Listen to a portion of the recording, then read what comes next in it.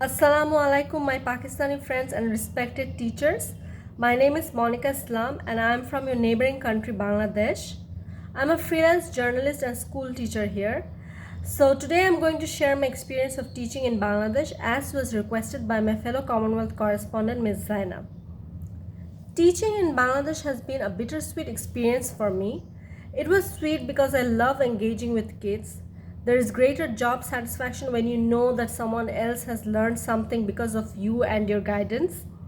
And learning is a lifetime process, so you stay in the memories of a child for a very long time, even after the education has been completed.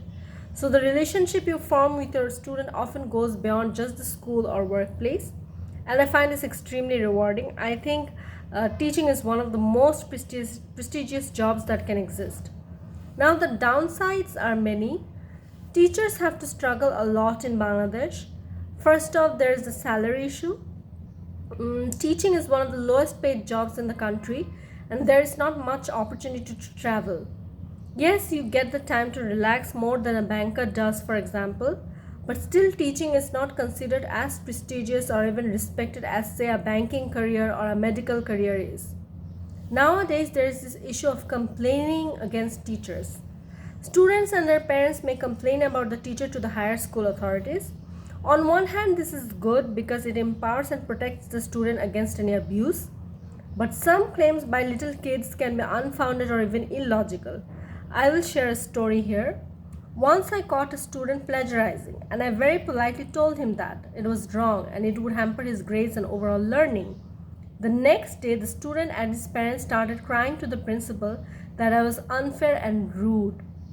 And I have seen teachers being dismissed from their jobs just because of such complaints, especially if the parents happen to be influential. Teaching is also considered a women centric job, so not many men choose this profession. There is actually a lack of qualified male teachers in Bangladesh. Then there is the question of how much stress a teacher can take.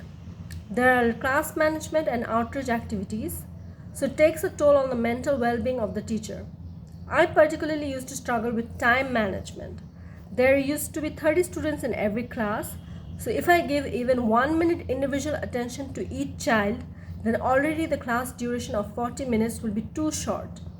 And then some of the duties may not complement my skill set. For instance, I'm not skilled in arts and crafts.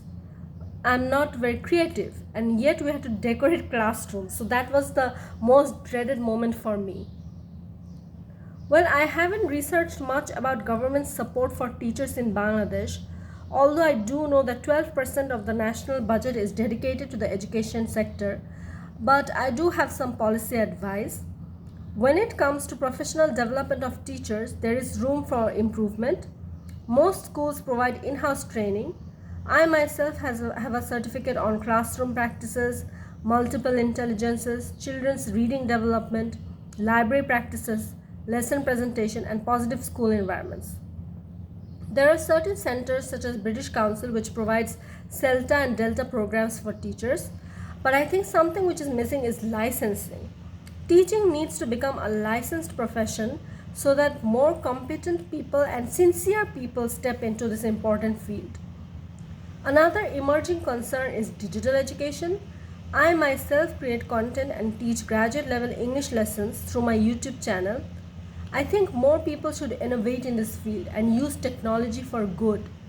There are plenty of subjects that need to be taught through online means, so I'm looking forward to more online teachers.